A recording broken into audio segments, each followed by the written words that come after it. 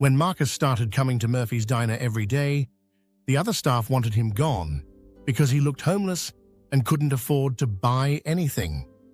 But something about his quiet dignity reminded me of my own struggles, so I always made sure he had hot coffee and a meal, even when my manager disapproved. For 6 months, I treated him like family, never imagining he was testing my character. When he asked me for $750 to pay off street debt, I offered my entire college fund without thinking twice. What happened when Marcus revealed he was actually a real estate millionaire would prove that kindness towards strangers can create the most beautiful miracles. Hi everyone, welcome to Life's Changing Stories. Now, let's dive into today's story. The bitter Chicago wind cut through Sophia Miller like a knife as she hurried toward Murphy's Diner for another double shift, her worn sneakers splashing through the slush-covered sidewalks of the South Side. At 23, Sophia had been working at the rundown diner for 2 years, saving every possible dollar for college tuition while supporting her younger brother Carlos after their mother's death from cancer left them both orphans navigating the world alone. The diner's fluorescent lights flickered through grimy windows, casting harsh shadows on the cracked vinyl booths where she served coffee to truck drivers, late-night workers, and the occasional homeless person seeking warmth from Chicago's brutal winters. Sophia's manager, Pete, had made it clear that homeless people were bad for business, but she couldn't bring herself to turn away anyone who looked hungry or cold. Her mother had taught her that dignity wasn't determined by someone's address or bank account, and those lessons had shaped Sophia's approach to every person who walked through Murphy's doors. She'd rather face Pete's disapproval than look into desperate eyes and offer nothing but judgment and rejection. The pay at Murphy's was barely enough to cover rent for the tiny apartment she shared with Carlos, but Sophia had managed to save $2,800 toward her dream of studying social work at the University of Illinois at Chicago. Every dollar represented hours of standing on her feet, dealing with difficult customers, and cleaning tables until her hands were raw from industrial cleaning supplies. The money meant everything to her. It represented hope, escape, and the chance to honor her mother's belief that education could break the cycle of poverty that had trapped their family for generations. As Sophia tied her apron and prepared for another long day of serving bottomless coffee and greasy breakfast specials, she had no idea that a quiet stranger was about to enter her life and test everything she believed about kindness, dignity, and the power of treating people with respect, regardless of their circumstances. The lesson she was about to learn would transform not just her own future, but her understanding of how small acts of compassion can create ripple effects that change the world in ways we never expect. Sophia Miller had been working at Murphy's Diner on Chicago's South Side for 2 years, saving every dollar possible for college tuition while supporting her 15-year-old brother Carlos. At 23, she carried the weight of being both sister and guardian after their mother's death from cancer had left them alone in the world. The diner attracted a rough crowd: truck drivers, construction workers, and late-shift employees looking for cheap meals and strong coffee. Sophia had learned to navigate the challenging customers with grace, but she drew the line at treating anyone with disrespect, regardless of their appearance or circumstances. One cold February morning, a man in his late 40s began frequenting Murphy's Diner. Marcus appeared to be homeless, wearing layers of tattered clothing and carrying a worn backpack that contained what seemed to be all his possessions. His hair was unkempt, his beard was long and graying, and his clothes carried the smell of someone who had been sleeping outdoors. Most of the staff, including the manager Pete, were uncomfortable with Marcus's presence. He would sit quietly in the corner booth for hours, sometimes nodding off, but never causing any trouble or bothering other customers.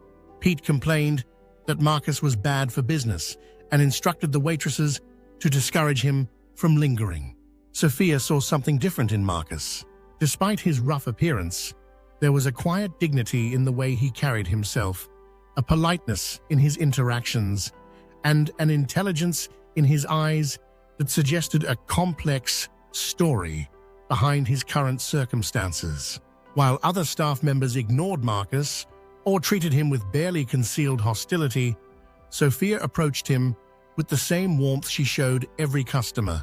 She would greet him with a genuine smile, ask what he'd like to order, and when he inevitably replied that he had no money, she would insist that coffee and a meal were on the house.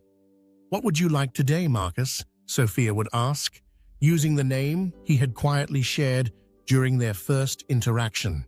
"I don't have any money today," he would reply, his voice carrying shame that broke Sophia's heart. "Don't worry about that," Sophia would respond cheerfully. "Coffee's always free for friends, and I think we have some fresh pie that needs to be eaten before it goes bad." Sophia would bring Marcus not just coffee, but full meals, eggs and toast, soup and sandwiches, sometimes even the daily special that cost more than she made in tips during a slow hour. When Pete questioned the free food, Sophia would claim it was mistakes orders or food that was about to be thrown away. During quiet periods, Sophia would sit across from Marcus and chat while he ate. She learned that he was soft-spoken, well-read, and had opinions about current events that revealed an education and intelligence that contradicted his homeless appearance. Marcus never talked about his past, but he was a good listener who seemed genuinely interested in Sophia's dreams of attending college and her concerns about raising her brother. "You're going to make a great social worker," Marcus would tell her. "You have a gift for seeing people as they really are, not just what they appear to be." For 6 months, this routine continued. Marcus would arrive around mid-morning. Sophia would serve him coffee and food, and they would have brief conversations that became the highlight of both their days. Other customers and staff members began to accept Marcus as a fixture, though they still maintained their distance. One evening in August, as Sophia finished her shift and prepared to walk to the bus stop, Marcus approached her outside the diner. He looked more nervous than she had ever seen him, shifting his weight from foot to foot and avoiding eye contact. "Sophia, I need to ask you for a huge favor," Marcus began, his voice filled with anxiety. "I'm in some serious trouble." Sophia immediately became concerned. "What's wrong, Marcus? Are you okay?" Marcus explained that he had borrowed money from some dangerous people on the street, men who weren't patient about repayment and had threatened violence if he didn't settle his debt immediately. He had borrowed $350 for food and shelter during a particularly cold week, but with interest and penalties, the amount had grown to $750. "They want the money by tomorrow morning," Marcus said, his voice shaking. "If I don't pay them, they're going to hurt me. I've seen what they do to people who don't pay." Sophia felt her heart sink. $750 was a significant amount for someone working minimum wage, but the thought of Marcus being hurt was unbearable. "Marcus, why didn't you come to me before getting involved with those people?" Sophia asked. "I would have helped you." Marcus looked ashamed. "I didn't want to be a burden. You've already done so much for me." Sophia didn't hesitate. "I have some money saved for college. It's not much, but I have $750. I can bring it to you tomorrow morning." Marcus stared at her in shock. "Sophia, that's your college money. I can't take that from you." "You're not taking it," Sophia replied firmly. "I'm giving it to you because you're my friend and you need help. That's what friends do." Marcus's eyes filled with tears. "I promise I'll pay you back. I'll get a job, even if it's shoveling snow or cleaning parking lots. I'll work every day until I've paid back every penny." Sophia smiled and placed her hand on his shoulder. "Don't worry about paying me back right now. Just stay safe. That's all that matters to me." The next morning, Sophia arrived at Murphy's Diner with an envelope containing $750, nearly every dollar she had saved for college tuition. She had spent the night worrying about Marcus's safety and praying that the money would be enough to keep him out of danger. When Marcus arrived at the diner, Sophia almost didn't recognize him. He was clean-shaven, his hair was neatly trimmed, and he wore a well-tailored business suit that made him look like a completely different person. Sophia stared in confusion until Marcus smiled, revealing the familiar warmth she had come to know. "Marcus?" Sophia gasped, unable to believe the transformation. "Good morning, Sophia," Marcus replied, his voice now carrying a confidence and authority that had been hidden beneath months of quiet humility. Sophia hugged him enthusiastically. "You look amazing. You look like $1 million. Did you get a job interview?" When Sophia offered him the envelope containing the money, Marcus gently pushed it back toward her. "I don't need the money anymore, Sophia." Sophia looked confused. "Did you find another way to pay those people? Are you safe?" Marcus smiled and sat down across from her. "Sophia, I never needed the money. What I really needed was to see if you would help me when I had nothing to offer in return." "And you did." Sophia stared at him, trying to process what he was saying. "I don't understand." Marcus explained that several years earlier, he had been a successful real estate developer in Chicago, owning apartment buildings and commercial properties throughout the city. He had been wealthy, respected, and surrounded by people who claimed to be friends and business partners. Then tragedy struck, Marcus continued. "I lost my wife and twin boys in a horrible accident. A drunk driver hit their car on their way home from a baseball game. My entire world collapsed." Sophia felt tears welling up as Marcus described his devastating loss. 6 months later, my main office building was destroyed in a fire. I lost millions of dollars in development projects and had to sell most of my properties to cover debts and legal obligations. The stress and grief made it impossible for me to function. Marcus explained that he had sold his remaining assets and left Chicago, spending a year traveling and trying to find meaning in his life. When he returned, he was curious about whether the people who had claimed to care about him during his successful years would show the same kindness when he had nothing. "I decided to test human nature," Marcus said. "I wanted to see how people would treat me if they thought I was homeless and had nothing to offer them." Marcus pulled out a large manila envelope and placed it on the table in front of Sophia. "For 6 months, you treated me with dignity, respect, and genuine kindness. You fed me when I was hungry, talked to me when I was lonely, and yesterday, you offered to give me your college savings to keep me safe from danger." Sophia opened the envelope and gasped. Inside were cashier's checks totaling $50,000, along with keys to a car and an apartment. "This is enough to pay for your entire college education," Marcus explained. "The apartment is paid for through your graduation, and the car will make sure you can get to classes safely. It's my way of saying thank you for never looking down on me." Sophia burst into tears, overwhelmed by the generosity and the realization that the homeless man she had been helping was actually a millionaire who had been testing her character. "I can't accept this," Sophia sobbed. "It's too much." "You can and you will," Marcus replied gently. "You showed me that genuine kindness still exists in the world. You treated me like family when I had nothing, and you were willing to sacrifice your dreams to help a friend in need.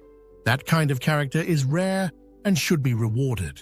Marcus also handed her the deed to a small apartment building. "This will provide you with rental income for the rest of your life. Consider it an investment in someone who invests in others." Sophia was so emotional that she had to leave work early to process everything that had happened.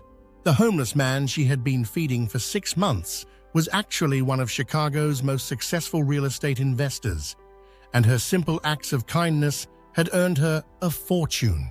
Marcus kept his promise to travel for a few months, exploring the world and processing his grief in healthy ways. He and Sophia stayed in touch through letters and phone calls, and he became a mentor figure who guided her through college and her early career in social work. Years later, Sophia graduated from the University of Illinois at Chicago with a master's degree in social work, debt-free, and with a foundation of financial security that allowed her to focus on helping others rather than worrying about her own survival.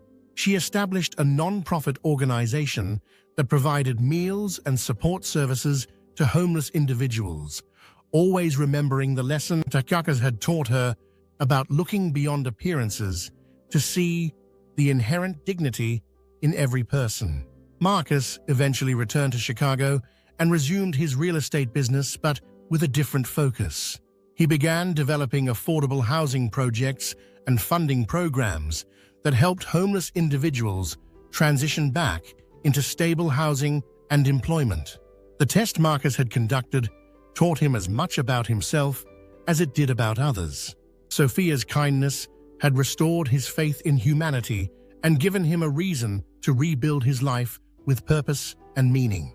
Sophia never forgot the homeless man who had shown her the true meaning of compassion and trust.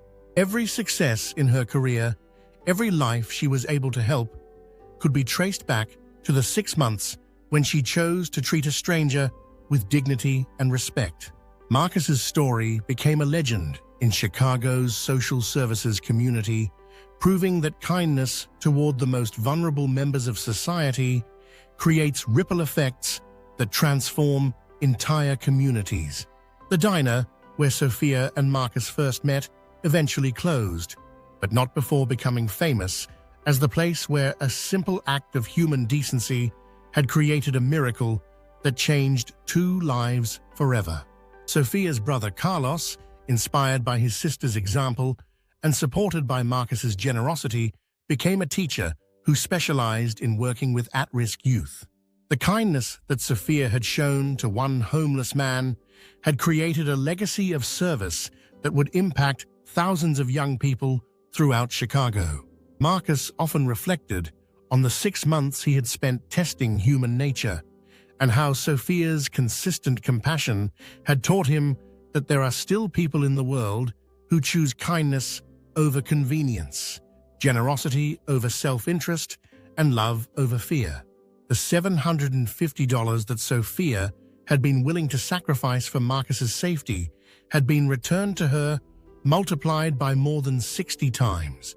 But the real treasure was the friendship and mentorship that had grown from her willingness to see past appearances to the human being underneath. Years later, when Sophia would tell the story to the young social workers she supervised, she would emphasize that Marcus's wealth wasn't what made him special.